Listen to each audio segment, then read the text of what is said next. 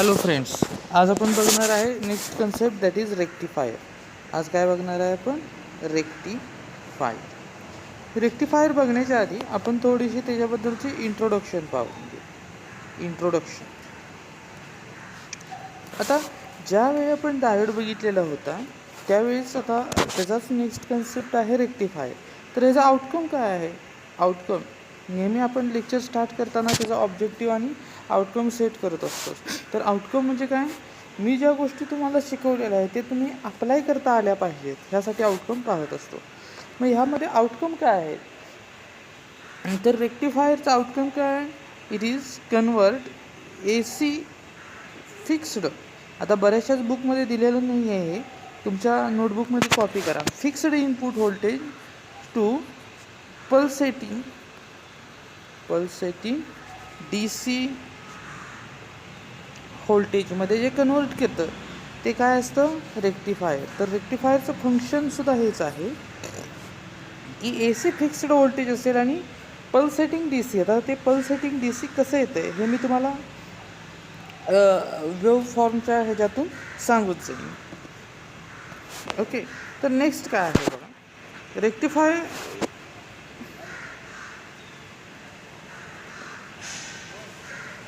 आता ह्याचे दोन पार्ट पडतात. रेक्टिफायरचे दोन टाईप करतात. कुठले पहिला आहे तर हाफ वेव्ह रेक्टिफायर आणि फुल वेव्ह रेक्टिफायर. ह्यामध्ये आता पहिल्यांदा आपण बघायचं आहे की सिंगल फेज हाफ वेव्ह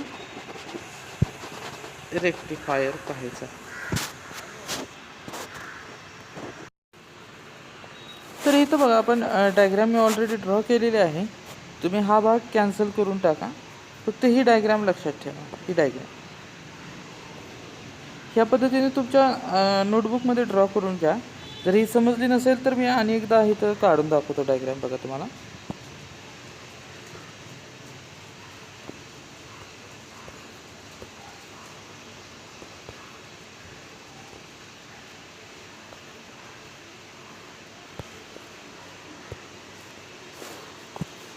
तर ह्या ठिकाणी हा डायोड कनेक्ट केलेला आहे. इथं पूर्ण AC सप्लाय दिलेला आहे fixed.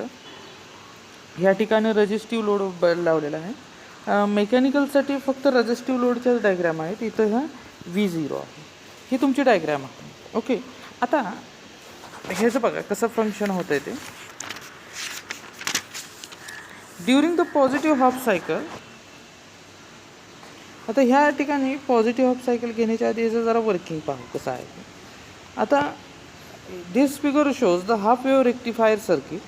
It consist of single diode in series with load resistance. हा diode series with RS load resistance. Input to the half wave rectifier is supplied from 50 Hz AC supply whose waveform. This is the waveform.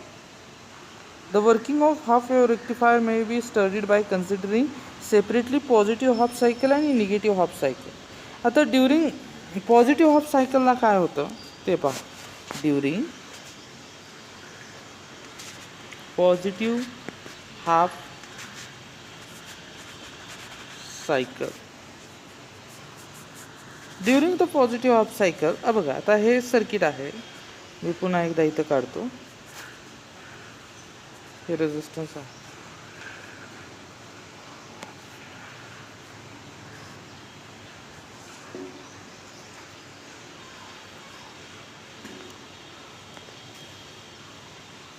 ही पूर्ण cycle आहे. Okay, during first positive half cycle म्हणजे ह्या first positive half सायकलला काय होणार?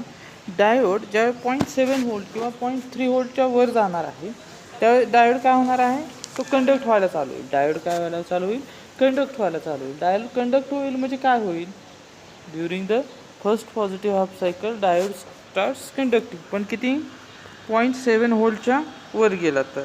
हे कधी silicon असेल तर. आणि 0.3 व्होल्ट जर ते जर्मानियम असेल तर. मग ह्याच्या वर गेल्यानंतर काय होणार आहे तर इथं बघा आपण हे वर घेऊ. नेक्स्ट स्लाइडवर. तर डायोड स्टार्ट्स कंडक्टिंग म्हणजे त्या ठिकाणी डायोड आपला शॉर्ट होणार आहे. डायोड काय होणार आहे? शॉर्ट होणार आहे. मी कलर चेंज करतोय का? हे जे ग्रीन लाईन मी केलेलं आहे, ग्रीन लाईन, तिथं डायोड काय झालेला आहे आपला? शॉर्ट झालेला आहे.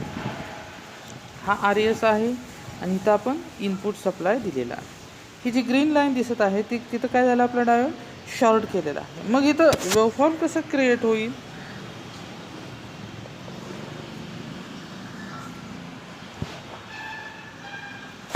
ही एक वेव काढली मी. हे जे इनपुट सप्लाय व्होल्टेज आहे ते आहे. आता आउटपुटमध्ये बघा,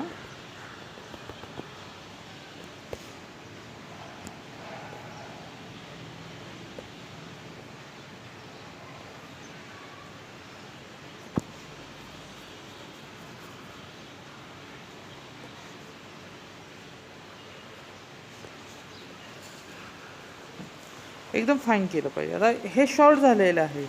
शॉर्ट झालेलं आहे म्हणजे इथं काय होणार आहे? कंडक्शन टेक्स प्लेस होणार आहे. म्हणजे व्ही आउटपुटला इथं आपल्याला कंडक्शन मिळणार आहे.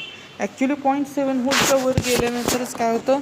सप्लाय मिळायला चालू होतं. पण जे आपण म्हणतो की थेरॉटिकलीमध्ये डायरेक्ट 0 व्होल्टलाच तिथं काय ठेवायचं आपल्याला? चालू ठेवायचं आहे. मग हे कसं होईल? तर इथून हे कंडक्शन स्टार्ट होईल during first positive half cycle. आता ड्युरिंग निगेटिव्ह हाफ सायकलला काय होणार आहे? ड्युरिंग निगेटिव्ह हाफ सायकलला डायोड डज नॉट कंडक्ट, म्हणजे डायोड रिव्हर्स बायसमध्ये कंडक्ट होत नाही.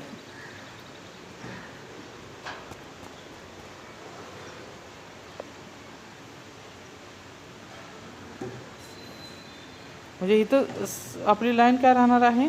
ओपन राहणार आहे. इथं लाईन काय राहणार आहे? आपली ओपन राहणार आहे.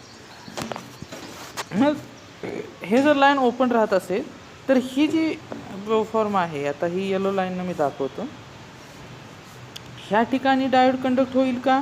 इथं डझंट कंडक्ट, म्हणजे इथं सप्लाय व्होल्टेज आहे तो काय येणार आहे? 0 येणार आहे. सप्लाय व्होल्टेज काय येणार आहे? 0 येणार आहे. का? तर डायोड ह्या ठिकाणी काय झालेला आहे? ओपन झालेला आहे.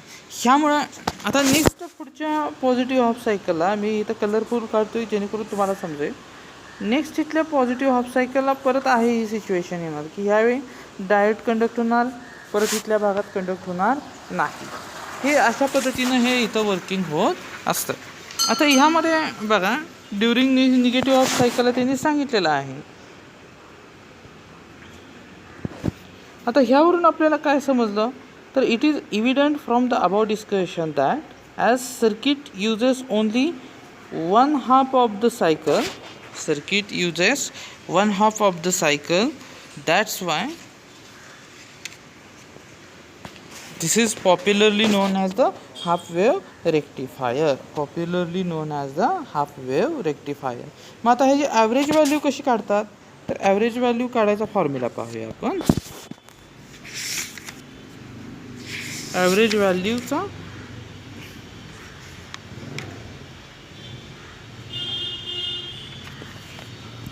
तर आपल्याला माहित आहे की ॲव्हरेज व्हॅल्यू बरोबर काय असतं?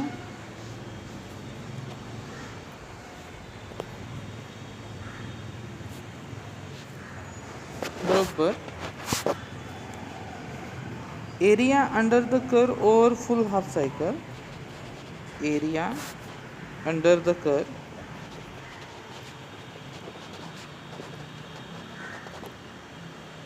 Over a full half cycle divided by time period.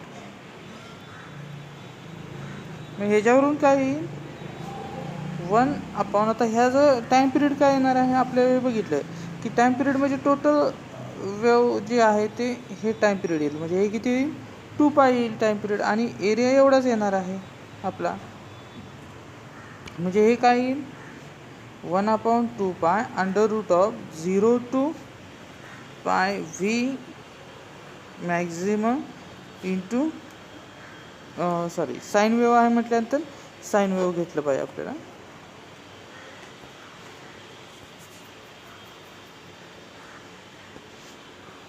Sine of omega.